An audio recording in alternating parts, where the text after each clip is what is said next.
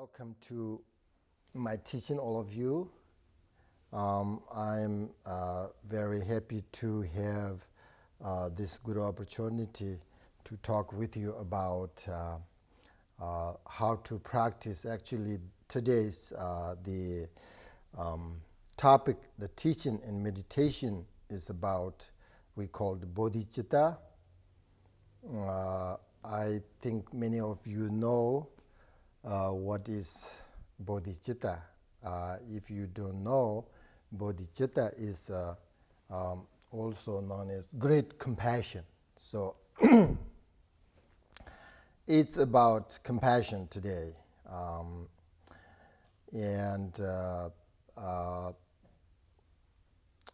So that's the topic, teaching, and also we'll meditate on bodhicitta, maybe 20 minutes, maybe 15 minutes. We'll see how much we have time. So I think many of you are Buddhist, or I don't know, but you have done lots of meditation, I think. Very good for you. If you are Buddhist, that's also good. If you are not, that's also no problem. My teaching is open for everybody. So you should be very comfortable. And teaching is not complicated, very simple teaching. I always teach very simple, not Buddhist philosophy, but it's really good for your life and how to take care. So first of all, how do we start? We are looking for a path, right? We are looking for how we start out on the path. And it is very important to remember three things. First, according to Buddhism, you need to receive some teachings from a teacher. Then it is important to understand the meaning of the teachings so that finally you will be able to practice the teaching and integrate them into your life. That is your path.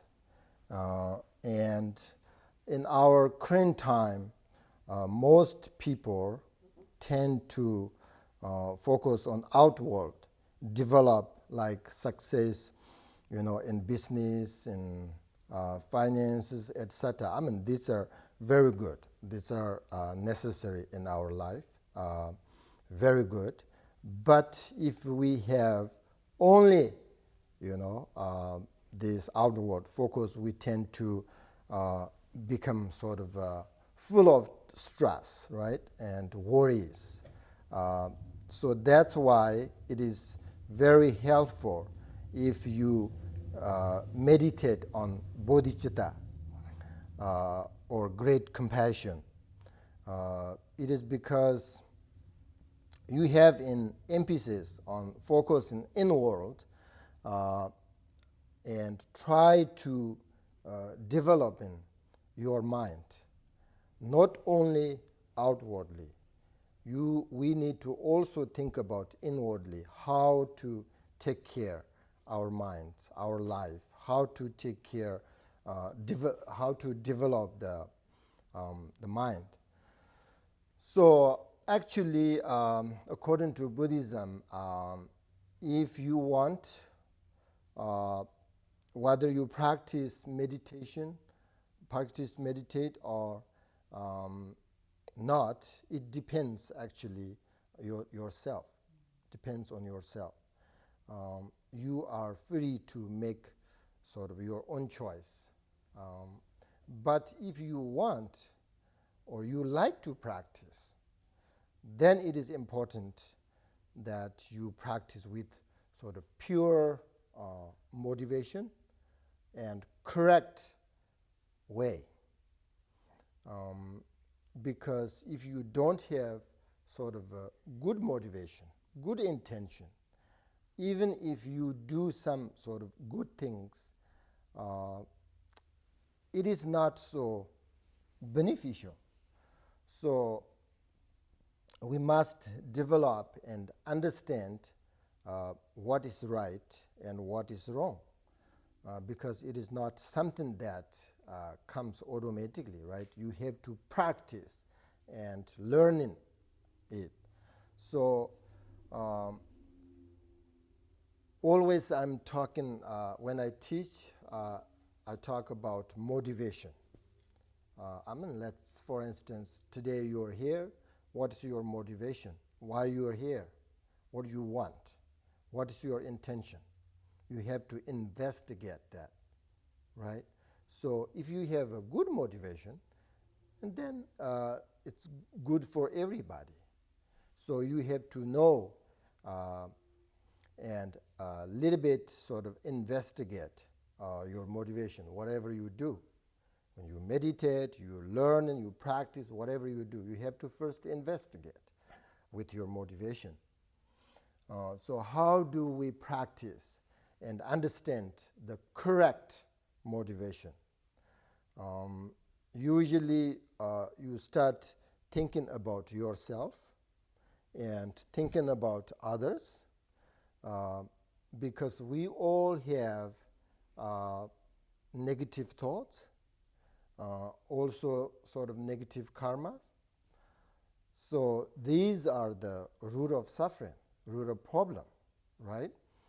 According to Buddhism, we desire happiness, no question, and do not desire suffering, right? So that's why we say that we should always try to take care of our minds and try to help others. And if we are unable to help others, then we say at least we should not harm them. That's the main thing. Therefore, we need to sort of cultivate, think about the great compassion, or we call bodhicitta.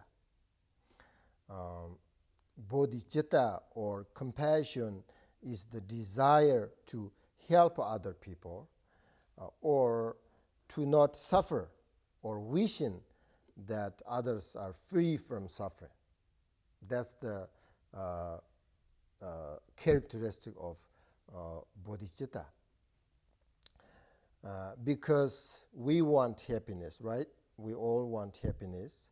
And if you investigate, it is just the same with others. We all need happiness. So they really, there's no difference between you and others. We all sort of want happiness and to avoid suffering. That's why we have to meditate on bodhicitta. We all know that. I don't have to tell you that we want happiness and not suffering. Oh, we all know that, but just knowing is not enough. If we want happiness, don't want suffering, how we develop that capacity, that that's what we call bodhicitta. So through this kind of analysis, you will start to develop bodhicitta and compassion for others, for other people, or for yourself. First, when we think, when we investigate our motivation, then automatically, if you investigate your motivation, then it comes automatically. You should think about yourself first, right? We all do. First, think about myself. And then, not only you, right? You have to think about others because you are depends on others. They can make you happy, you can make them happy. They can make you suffering, you can make them suffer, right? So that's why we are sort of related each other very much in this world. So that's why we have to think about, and you will also gradually come to see all others as equal. That's the most important, with no difference between you and them. We all want happiness. That's I'm an equal. We all want happiness. All don't want suffering. That's equal. That's very important to remember every day. Because if you remember this, then, desire to help others to not sort of to suffer. So this is the goal of our meditation. For that reason, we have to practice bodhicitta. Bodhicitta is, if you are not Buddhist, you can practice bodhicitta. Bodhicitta means compassion. Who doesn't need compassion? So people think, okay, I'm not going to practice this because maybe it's about Buddhism. No, that's wrong. Thinking. And so we need compassion. But compassion is not really comes automatically. We have to practice. So that's why, we have to meditate. Meditation can be sort of practiced by anyone, right? It does not have to be associated with any sort of particular religion. And it does not require one to believe any sort of particular religious principle, because every one of us has a mind, right, and life, and every one of us can work on it. It's necessary. But just wishing and hope is not really enough. We have to do it. We have to meditate. Doesn't matter you meditate long or short, but it's very important to meditate every day. 10 minutes, 20 minutes, every day. Think about yourself, think about others, and then this is how you start to meditate about bodhicitta. That's the only way how to develop our minds. Meditation is practice that makes it possible to cultivate and develop sort of certain basic qualities, the human qualities, positive qualities. It's like, love and kindness and bodhicitta, compassion, wisdom. All this, we have amazing qualities. We have to use this. So in addition, studies have shown that meditation has beneficial effect our physical and also, of course, mental health. Very important. And the goal of meditation is not really sort of to shut down the mind, but rather to make it free. But I will let you know that free doesn't mean doing whatever you want, okay? But it means having the freedom to do what is the right, what is the benefit. Our mind is usually filled with thoughts, emotions, feelings, right? So on so. But if you will become aware of the thoughts of your mind, and with that knowledge, you will be able to change your mind. Okay, that's the most important to understand, you will be able to change your mind. You become skilled in this meditation, gradually expand your awareness to be mindful all the time. Mindful all the time. When you meditate about the bodhicitta, then slowly, it's a little bit take time, right? It's not change your mind right away. You need to be patient and do it slowly. But eventually, definitely, you can change your mind. You know that. So when you meditate, how do you know if you are really meditating? Yeah, you have done so many times. Did you? Meditation. How do you know, really, when you meditate?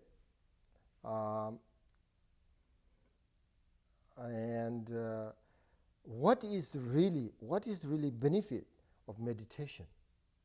We have to think that, right? Otherwise, why you want to meditate? Why? What's the reason? And how? These questions, you have to investigate first. Why? And especially when you meditate, how do you know you are meditating? Sometimes people just sit down and very nicely, comfortable on the cushion, but you are thinking. Your mind is not here, somewhere else, wander away, and you are thinking, maybe daydream. So that's not meditation. But if you do this kind of meditation, then whether you are focusing on your object, there's so many different meditations, right? Observing your thoughts, or you are simply resting in awareness. Then the sign of meditation is that you know what you are doing in the present moment. That's that's the answer. If somebody say, when you meditate, how do you know if you're really meditating? The answer is, you understand and you know what you're doing in the present moment. That's the answer. Otherwise, people really don't know what they're doing sometimes without knowing, and say something, do something, hurt others, So you should be aware of that, when you meditate, you really need to know what you're doing. And another important thing is we need to understand when we say that if you are able to help others, then you should. And if you cannot help, then we say at least you should not harm them, right? So this helping doesn't necessarily mean doing great things if you cannot. Whatever is your capacity to help is really good, no matter what, okay? For instance, when you go outside, when you walk on the road and you see sort of insects and bugs, and you put them in a good place. They all want happiness, right? Same as us. Human beings, animals, same as us. They want happiness. They don't want suffering. So you just put them a safe place, and if you are Buddhist, or if you whatever your follow, so if you know some sort of prayers and mantras, then say that for them. So this is how you start help others, right? Sometimes people say, help others. I can't help anyone because I don't have the capacity to help. But that's not true. That's not really true. So when we meditate on compassion, love and kindness, you need to try to help others. Not only think all the time yourself. That's kind of selfish, you know. I mean, I think it's very, you can help so many ways others. I think that's really keep in your mind. It's very important. And also when we talk about compassion, we are thinking about suffering, right? We are thinking. When we meditate on compassion, you are usually thinking sufferings. But generally, we think that suffering is something negative, right? People think, I don't want suffering. That means something negative. But sometimes we can learn in suffering as something positive or in a good way. In the teaching of Buddha, for instance, there is we call Four Noble Truths.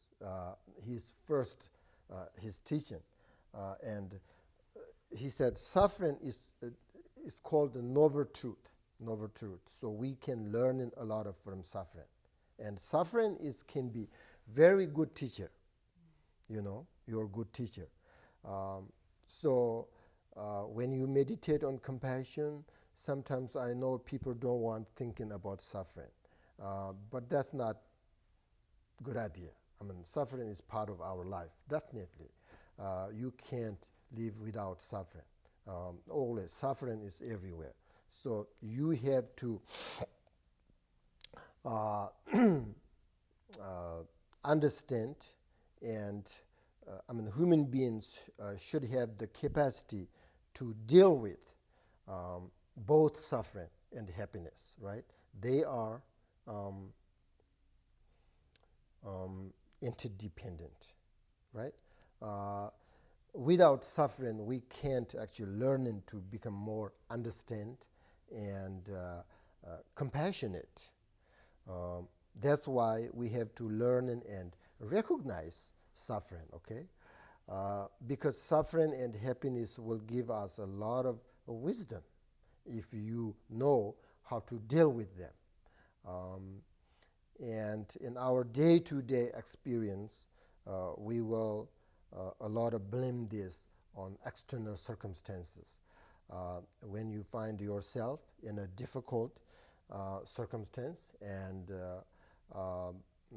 it therefore makes you unhappy and disturbs you a lot.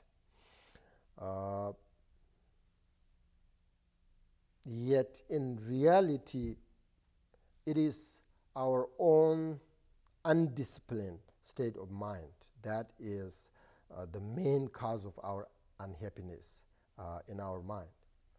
And on the one hand, we allow ourselves to be controlled by the mental afflictions. You know, afflictions like attachment, anger, jealous.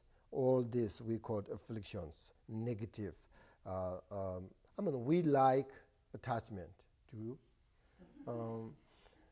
In Buddhism, we call there are 5 poisons: attachment, anger, ignorance, jealous, pride, all this. But people usually love attachment, and then people usually don't like anger, right? But we cannot control it. Attachment is nice for,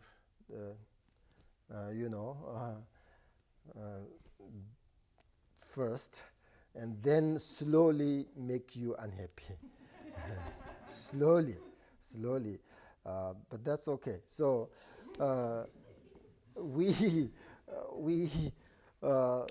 if you practice bodhicitta, then we can control these mental afflictions. And then we also have the right path. Are you looking for right path? if you're looking for right path, you have to learn it and meditate on bodhicitta, for sure. For sure. Not only Buddhism, for everybody. The bodhicitta practice because can bring you peace, and when you are more peaceful, your mind, you're more pleasant. More pleasant, you will get more bodhicitta in your mind. Not only yourself, I think, if you practice bodhicitta in your daily life, then children will naturally learn from you if you have children. If you, otherwise, you cannot tell your children to do something if you don't do it yourself, right? They will say, how about you, right? You say, be patient, be compassionate, try to help others. And if you harm others, they will say, how about you? First, you need to understand yourself, right? So also good for your children, good for your friends. Your friend also will learn from you if you have a great mind or bodhicitta mind. Bodhicitta actually means a kind mind, a good mind. So it is very important to understand your path. If you do not feel that you are on the right path, then your happiness is not possible because you are not on the right path. You are wrong path. Wrong path doesn't give you happiness. So happiness means feeling that you are on the right path.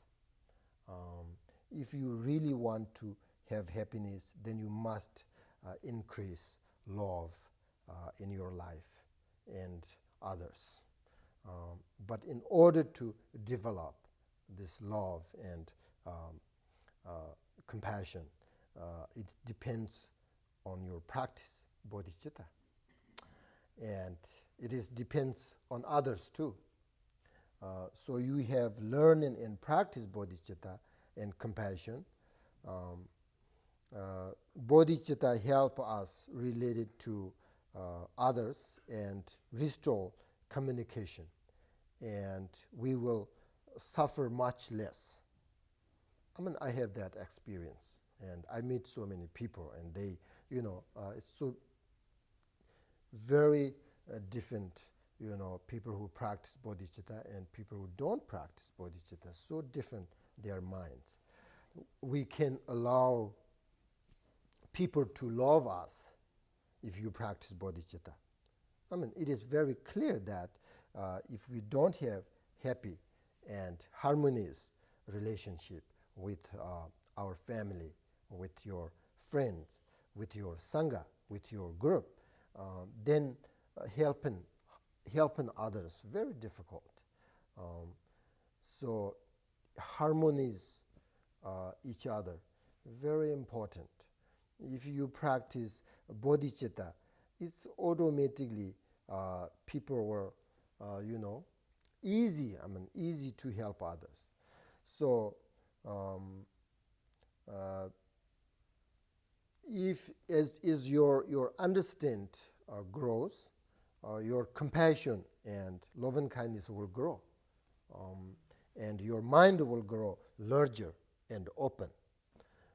Right now, if you are not meditator, we have very narrow mind, difficult to be patient, difficult to help. We have narrow mind, but if you practice bodhicitta, your mind getting larger and larger, open, and then you have when your mind is larger, you have better capacity to receive and accept the negative feelings you have in order to transform them. And eventually you will find some change. But this change does not happen suddenly and automatically, right? It takes time, but first you have to learn, you have to practice. For instance, if you practice bodhicitta 10,000 hours, is that a lot? It's not. 10,000 hours, then definitely will change your brain. I guarantee you. That's scientists covered, Change your brain. That's what we're looking for, right? So that's why I say when you meditate, it takes time. Means you need to change your brain. It takes time. You can't change right away. And let's, for instance, opposite of bodhicitta is you don't like and you are angry all the time. You're angry all the time, like 10,000 hours. 10,000 hours, your brain goes that way. Really, this is true. Then anger and compassion are opposite. If you have more compassion, less anger. More anger, less compassion. That's actually in your brain. That's why we are meditate. We need to meditate. It doesn't mean we are meditate because of we're thinking future life. Only the Tibetans and the Buddhism, they believe future life, but most people don't. But I think that's fine. But don't really change your brain in bad way. That's why I think always we need to meditate. And you will see then how much change. Actually, if you really don't know how much change your brain, you should go and put in, somebody asked me, they want to check my brain. I don't want, but you can do that too. How much change? Let's say from today to next year, how much you can practice every day. Can you practice 20 minutes every day? Can you? Some people can more than like 20 minutes, 1, 2 hours, 3 hours, right? That's maybe impossible for some of you, but can you practice 20 minutes every day? Yeah? Are you sure? Yeah? Good. Then 20 minutes, 365 days, how many hours? You can count that. And then 10,000 hours you practice bodhicitta. If not change your brain, I'm liar. So change what? Your brain change what? You have more compassion. You have more tolerant. You have more really open mind and thinking others, not only yourself all the time. I, me. And then if you think always yourself, don't think others, then we have smaller, your mind is very smaller, because then somebody does something and then you get angry easily. So that's why I think you should, practice bodhicitta. We should pay more attention to our inner qualities, okay? And we must practice continually and meditate on bodhicitta constantly to achieve familiarity with bodhicitta. The more you are familiar with the practice and how to practice them, the more enjoyable they will come. So understand, bodhicitta is about compassion. Bodhicitta is a kind mind. Understand? Now you understand a little bit. Bodhicitta is huge in detail, in profound teaching in Buddhism. There is not enough 1 hour talking bodhicitta. Never. I went to Germany last week, and these people, the group, they practice bodhicitta 3 years. 3 years, and most people practice every day 2 hours and really changed a lot. They changed a lot, I can tell. So I hope you can practice bodhicitta too, because that's what we need. Doesn't mean who you are, doesn't mean what is your religion. Don't think that. So we need a kind of mind, okay? So now you understand a little bit bodhicitta, how it is important in your life. And then I will, not many hours, not many minutes now. So I will teach you how to meditate on bodhicitta, okay? For 20 minutes. And if you want to learn more about bodhicitta, you can read books, and I have lots of teaching, I think, on bodhicitta and YouTube, so you can, other teachers too, they all talking bodhicitta, so it's very important for all of us. I practice Buddhism over 30 years. Still I am learning bodhicitta and meditate on bodhicitta every day, and I can see what is the benefit.